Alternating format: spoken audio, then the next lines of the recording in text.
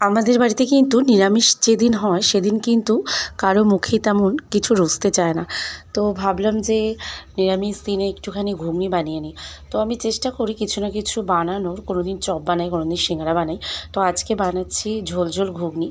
কারণ ঘুগনিটা আমার বাড়িতে ঝোল হলে তবেই সবাই পছন্দ করে, বেশি মাখা মাখা পছন্দ করে না। যে কারণে আমি মটর আলু সেদ্ধ করে নিয়েছি, তারপরে কড়াইতে তেল গরম করে তাতে আমি গোটা জিরে আর শুকনো লঙ্কা ফোড়ন দিয়ে তারপরে একটু টমেটো কুচি দিয়ে নেড়ে-চেড়ে তারপরে কিন্তু মটর আলু সেদ্ধটা দিয়ে দিয়েছি, দিয়ে লবণ হলুদ দিয়েছি। তারপরে শুকনো খোলায় ভাজা জিরে ধনে আর শুকনো লঙ্কা আমি একটা গুঁড়ো করে রেখেছিলাম, সেই গুঁড়োটা দিয়ে দিয়েছি।